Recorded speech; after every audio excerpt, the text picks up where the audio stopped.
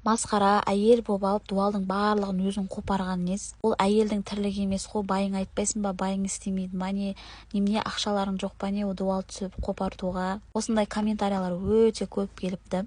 Өзімнің қолымнан келеді ғой, неге басқа біреуге ақша беріп істетем? Не байың істемейді ма деп жазбай қойыңыздар. Мен байым жұмыста азынан кешке дейін, ол кешке бірақ келеді. Еще ол кісі жұмыстан келген кезде ыстық тамағы, жылы суы дайын тұру керек. Ыстық тамақты ішіп болған екен обязательно 1-2 сағат ұйықтап алады. Мен мүлдем байыма ауыл тірлік істетпеймін. Тек жұмысқа барады, келеді, бізге ақша тауып береді. 5 бала-шағаны асырап бағу оңай ма? Еще тағы да мен бармын, мамасы бар, біздің киімдеріміз бар, свет, газ бар, еттің ақшасы бар. В общем, олардың барлығы менің байымның мойнында ғой. Мен үйде отырып қолымнан келіп тұрса да неге істемей көзім бақырайып отыра аламын.